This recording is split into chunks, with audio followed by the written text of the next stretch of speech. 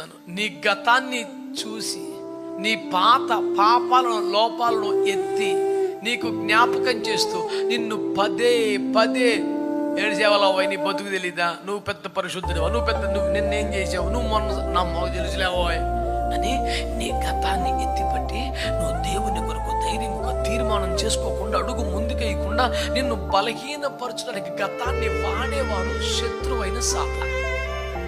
రెండవ, నీ వర్తమానాన్ని చూసి పదే పదే కృంగిపోయేవాడు నువ్వే. నువ్వు గతాన్ని కూడా వదిలేయగలవు, భవిష్యత్తును ఊహించలేవు. వర్తమానం బట్టి మా పరిస్థితి ఇలాగ ఎందుకు ఉందండి, మరి ఇలాగ ఎందుకు అవుతుందండి, మరి ఇలాగ అవుతుంది కదండి. నీ గతాన్ని చూసేవాడు, నీకు చూపేవాడు నీ వర్తమానంలోనే ఆగిపోయే రకం నువ్వే. ఈ రెండింటిని పట్టించుకోకుండా నీ భవిష్యత్తును చూస్తూ